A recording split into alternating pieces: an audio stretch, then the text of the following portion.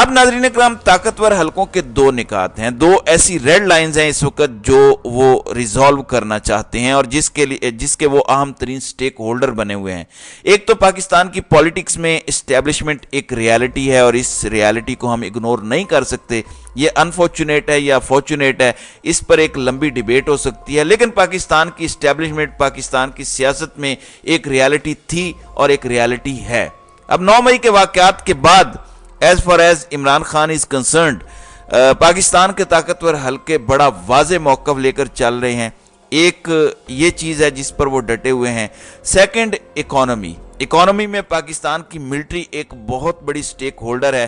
ویسے بھی national security policy Pakistan کی جو خان صاحب کے دور میں آئی اس میں یہ بات بہت واضح طور پر لکھی گئی کہ پاکستان کی اکنامک سیکیورٹی نیشنل سیکیورٹی کا سب سے اہم ترین جزو ہے.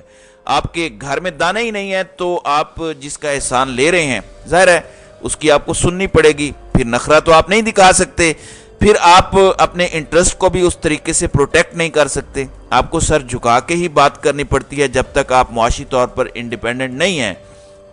ظاہر ہے پاکستان کی ملٹری کو بہت سی چیزیں نظر آ رہی ہیں پاکستان کی اکانومی کے حوالے سے. اب یہاں پر آپ نے سمجھنا ہے کہ حقیقت میں صورتحال ہے کیا. حکمران اتحاد کیا چاہتا ہے؟ حکمران اتحاد بار بار یہ بات کر رہا ہے کہ الیکشنز وقت پر ہوں گے, الیکشنز 90 دن کے اندر الیکشن کمیشن آف پاکستان نے کروانے ہی کروانے ہیں. اور یہ کوئی عمران خان کی محبت میں حکمران اتحاد نہیں جاگ رہا, یہ پھڈا اپنے مفادات میں پڑا ہے. یہ پھڈا ہے جس سے وہ ایک صفحہ پھٹ رہا ہے. میں نے پورا بیک ڈراپ آپ کے سامنے رکھا تاکہ آپ بھی اسے سمجھیں.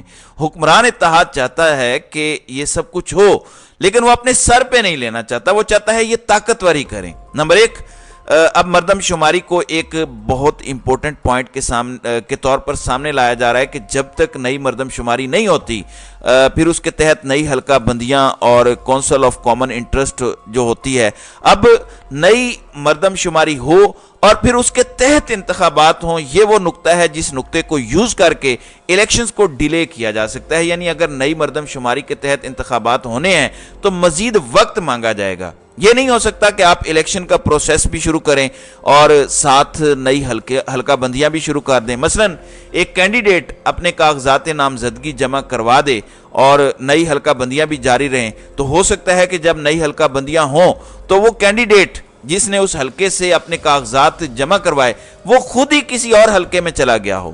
تو طاقتور حلقوں کے ذہن میں یہ چیز چل رہی ہے کہ نئی حلقہ بندیوں کے تحت الیکشنز ہوں, اور نئی حلقہ بندیاں اگر ہوں تو پھر الیکشن کمیشن کو نئی حلقہ بندیاں کرنے کے لیے نومبر دسمبر لگ جائے گا. تو ایک قانونی نقطہ یوز کر کے جواز پیدا کیا جائے, پھر کورٹس میں یہ معاملہ جائے, اسی طریقے سے التوا کیا جائے اور پھر الیکشنز فروری یا مارچ میں ہوں. کیونکہ اس سے پہلے آپ کو کمپلیٹ بھی کرنا ہے پاکستان کی سینٹ کو, ورنہ وہ کمپلیٹ نہیں ہوتی تو فروری سے آگے تو ویسے ہی کام نہیں جا سکتا. اب ناظرین اکرام حکمران اتحاد کو سمجھیں. آپ کو پتا ہے کہ پہلے ڈس ایگریمنٹس تھے. پہلے پیپلز پارٹی نے کہا کہ 8 اگست کو اسمبلیاں ڈیزالو کر دیں. شہباز شریف نے کہا کہ 14 اگست تک ہو جائے گی ہماری مدت پوری. پھر پیپلز پارٹی نے کہا کہ اسمبلی ہم نے تحلیل نہیں کرنی, اپنی مدت پوری کرنے دیں. پھر کل زرداری صاحب کے ساتھ ملاقات میں یہ ڈیسائیڈ ہوا کہ چلیں ٹھیک ہے ہم اسمبلی کو ڈیزالو کر دیتے ہیں 8 تاریخ کو, پھر 90 دن ہمارے پاس ہوں گے, یعنی 10 اگست سے لے کر 10 نومبر تک الیکشنز کروا دیے جائیں. اب حکمران اتحاد یہ کیوں نہیں چاہتا کہ زیادہ ٹائم ملے؟ انہیں یہ لگ رہا ہے کہ اگر زیادہ ٹائم ہم نے دے دیا اور چیزیں اگر اس حساب سے چل پڑی تو پھر یہ نہ ہو کہ ہمارے ہی خلاف مزید گروپس کو متحرک کیا جائے. آئی پی پی یعنی استحکام پاکستان پارٹی کو مزید ٹائم چاہیے, اور استحکام پاکستان پارٹی سے 5 سیٹوں پر نون لیگ آپ کو پتا ہے کہ سیٹ ایڈجسٹمنٹ کرنے کو تیار تھی, جبکہ استحکام پاکستان پارٹی 25 سے 30 سیٹیں مانگ رہی تھی. نون لیگ بھی یہ سوچ رہی ہے کہ ہم کیوں اپنے ہاتھوں سے اپنی سیٹیں دیں اور ہم کہیں کہ آپ ہمارے سر پر بیٹھ جائیں.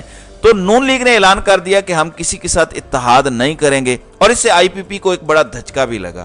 اب استحکام پاکستان پارٹی یا دیگر جو نئے گروپس بنائے جائیں گے جو کنگ میکرز ہوں گے ایز پر فیصل واڈا کہ اگلی حکومت اسی کی ہوگی جسے یہ استحکام پاکستان پارٹی, ایک آزاد جماعت اور ایک آزاد امیدواروں کا گروپ اور ایک اور نئی سیاسی پارٹی جسے وہ سپورٹ کریں گے انہی کا وزیر اعظم ہوگا, اور وہی وزیر اعظم کو کنٹرول کرے گا گروپ.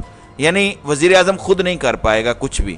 تو اس منصوبے کے لیے کچھ وقت چاہیے۔ پی ڈی ایم کی جماعتیں بالکل بھی نہیں چاہتی کہ ان کے ساتھ ایسی صورتحال بنے، اس لیے انہیں لگ رہا ہے کہ کہیں ہم یہ نہ کریں کہ اپنا ہی آلٹرنیٹ تیار کرنے کے لیے ہم وقت دے دیں اپنے ہاتھوں سے، مطلب الیکشن ڈیلے کے چکر میں اور مردم شماری کے چکر میں ہمارے ساتھ ہاتھ ہو جائے۔ آپ دیکھ لیں کہ احسن اقبال اور رانا ثناءاللہ نے اپنی سٹیٹمنٹس میں بڑا واضح کہا کہ ہم اگر کونسل آف کامن انٹرسٹ سے نئی مردم شماری کو اپروو ہی نہ کریں تو پھر آپ کدھر جائیں گے؟ مطلب حکومت کے پاس کچھ ہفتے رہ گئے ہیں، ان کے پاس ٹائم بہت کم ہے، اور اس ٹائم میں اگر حکومت نئی حلقہ بندیوں کو اپروو ہی نہیں کرتی، مطلب نئی مردم شماری کو اپروو ہی نہیں کرتی جس کی بنیاد پر نئی حلقہ بندیاں ہونی ہیں، پھر تو الیکشن کمیشن کے پاس کوئی جواز نہیں رہے گا۔ مطلب طاقتور حلقوں کے لیے الیکشن ڈیلے کرنے کا جو ایک جواز تھا، اس کی راہ میں ایک بہت بڑی رکاوٹ حکمران اتحاد کھڑی کرنا چاہ رہا ہے، اور وہ یہ چاہ رہے ہیں کہ الیکشنز وقت پہ ہو جائیں۔ پھر ایک اور انتہائی امپورٹنٹ نقطہ ہے جسے ہم اگنور نہیں کر سکتے، وہ ہے نگران وزیر اعظم۔ نگران وزیر اعظم کے حوالے سے پہلے یہ بات آ رہی تھی کہ شاید کوئی صحافی ہو سکتا ہے نگران وزیر اعظم، پھر یہ بھی خبر آئی کہ نگران وزیر اعظم کے لیے سیاستدان ہوگا، لیکن جو منصوبہ ساز ہیں جن کے منصوبے 75 سالوں سے چل رہے ہیں، وہ یہ چاہتے ہیں کہ ایک اکانومسٹ وزیر اعظم بن جائے، اور ابھی بھی اس حوالے سے باز گشت چل رہی ہے کہ ایک اکانومسٹ وزیر اعظم بن جائے اور ایک ٹیکنوکریٹ سیٹ اپ آ جائے۔ حکمران اتحاد کو یہ لگتا ہے کہ اگر ہم اس معاملے پر آ گئے تو اس نگران سیٹ اپ کے ہاتھوں الیکشن مزید سے مزید تر ڈیلے کروانا بہت ایزی ہو جائے گا طاقتوروں کے لیے، اس لیے ہم ایک سیاسی سیٹ اپ لائیں اور سیٹ اپ میں شامل سیاسی لوگ ہوں، اس میں بے شک کوئی تگڑا قسم کا فائنانس منسٹر لے آئیں، فائنانس منسٹر کو امپاور کریں اور کہیں کہ جو مرضی کرنا ہے کرو، لیکن باقی معاملات میں اگر سیاستدان ہوئے تو انہیں طاقتور حلقے اس طریقے سے آپریٹ نہیں کر سکیں گے، انہیں طاقتور حلقے اس طرح سے کنٹرول نہیں کر سکیں گے، یہ ماننا ہے اس وقت حکمران اتحاد کا۔ تو ناظرین اکرام، یہ وہ چیزیں ہیں جن پر اس وقت پھڈا پڑ چکا ہے، اختلاف پڑ چکا ہے۔ خان صاحب اس سچویشن کو بہت کلوزلی آرام سے بیٹھ کے سکون سے مانیٹر کر رہے ہیں۔ ظاہر ہے اپنے اپنے مفادات کی جنگ ہے، میں نے پورا منظرنامہ آپ کے سامنے کافی کلیئر کرنے کی کوشش کی، پھر حکمران اتحاد کو بھی سمجھنے کی کوشش کی، تو یہ ساری چیزیں سامنے آئی ہیں، دیکھتے ہیں کہ چیزیں کیسے آگے چل کر انفولڈ ہوتی ہیں۔